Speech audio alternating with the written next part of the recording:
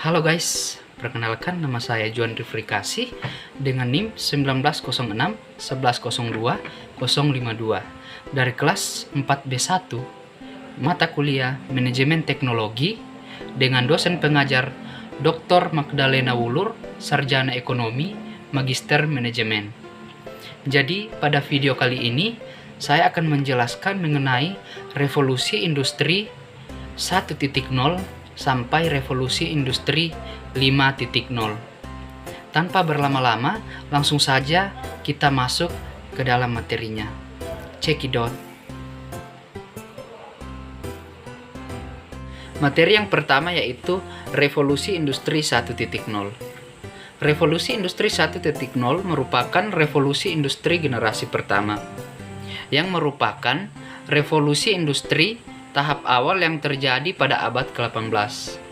Jika pada saat itu banyak pekerjaan yang masih mengandalkan tenaga manusia dan tenaga hewan, namun setelah terjadinya revolusi industri 1.0 yang ditandai dengan adanya penemuan sebuah alat tenun mekanis dengan menggunakan mesin uap pada tahun 1784, semuanya berubah. Jadi dengan tenaga hewan dan tenaga manusia tidak lagi digunakan, mengakibatkan banyaknya pengangguran walaupun jumlah produksi meningkat. Penemuan mesin uap juga membuat meningkatnya perekonomian dan penghasilan per kapita negara menjadi 6 kali lipat, sehingga dapat membuat sebuah perubahan-perubahan baru yang akan melahirkan kembali sebuah revolusi industri dengan perkembangan yang lebih maju. Adapun dampak dari revolusi industri 1.0 yaitu perubahan besar terjadi ditandai dengan cara manusia dalam mengelola sumber daya serta memproduksi produk, khususnya di beberapa bidang seperti pertanian, manufaktur, transformasi, pertambangan, dan teknologi di seluruh dunia.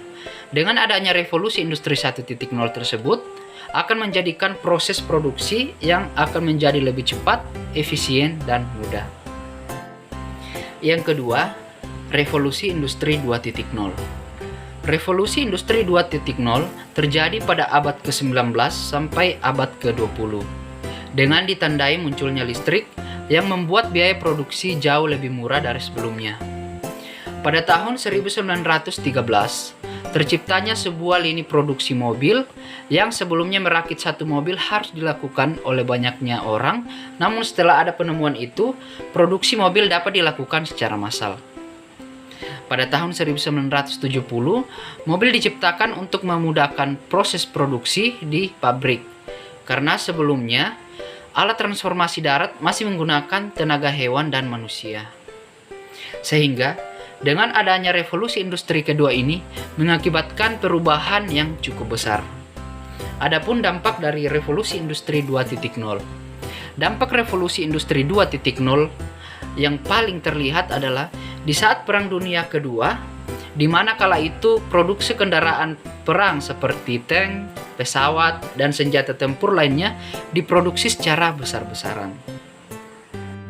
Yang ketiga, revolusi industri 3.0. Jadi, revolusi industri 3.0, peran manusia di industri pun mulai dikurangi. Kemudian digantikan dengan mesin-mesin pintar berteknologi khusus yang bisa memprediksi dan membuat keputusan sendiri. Dalam dunia manufaktur, revolusi industri 3.0 bisa dibilang merupakan revolusi yang sangat penting, mengingat manufaktur menuntut ketepatan dan ketelitian yang sangat tinggi, di mana dua hal tersebut sangatlah sulit dilakukan oleh manusia. Adapun dampak dari revolusi industri 3.0, dengan adanya revolusi industri 3.0, terjadinya perubahan pada pola relasi serta komunikasi yang terjadi pada masyarakat kontemporer. Yang keempat, revolusi industri 4.0. Jadi revolusi industri 4.0 kini menjadi perbincangan banyak pihak.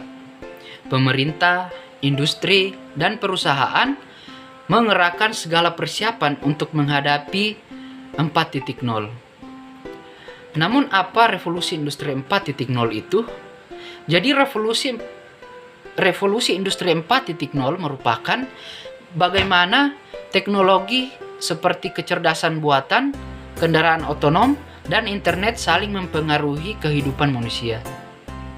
Revolusi Industri 4.0 berfokus pada perkembangan dunia digital dan internet. Berbagai inovasi seperti robot yang terhubung ke internet, artificial intelligence atau AI, cloud computing, dan sebagainya berkembang sangat pesat di era ini. Teknologi baru yang belum pernah ada sebelumnya seperti ojek online, tarik tunai lewat ponsel, sampai warung digital pun bermunculan di era revolusi industri terbaru ini. Dalam skala industri, revolusi industri 4.0 meningkatkan kemampuan software dan internet untuk meningkatkan efisiensi perusahaan. Salah satu contohnya adalah pengumpulan data historis mesin oleh software yang digunakan untuk menjadwalkan maintenance bulanan secara otomatis.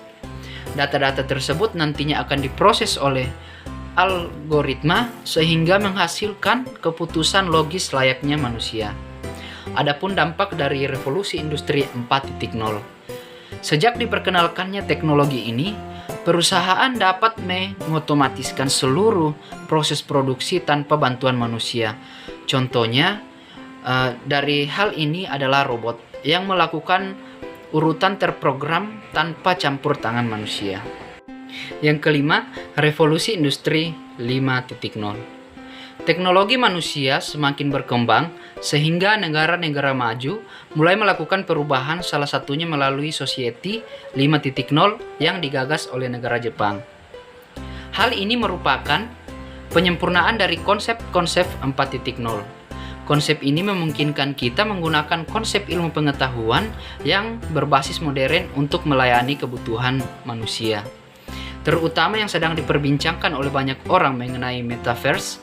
Metaverse itu sendiri yaitu penggabungan dua virtual dengan dunia nyata di mana kita bisa hidup di dalamnya dan bisa melakukan berbagai hal seperti bekerja, bermain, sosialisasi, dan lain sebagainya. Jika ini terwujud, dunia akan terlihat sangat berbeda dengan yang kita lihat sekarang. Sinergi manusia dan teknologi bisa terwujud agar masyarakat semakin sejahtera. Demikianlah materi yang bisa saya paparkan dalam video kali ini. Semoga bisa bermanfaat dan bisa kita gunakan di suatu kelab. Satu quotes dari saya sebelum menutup video ini. Revolusi dilakukan melalui manusia, tetapi individu harus menempa semangat revolusioner mereka dari hari ke hari. Sekian dan terima kasih.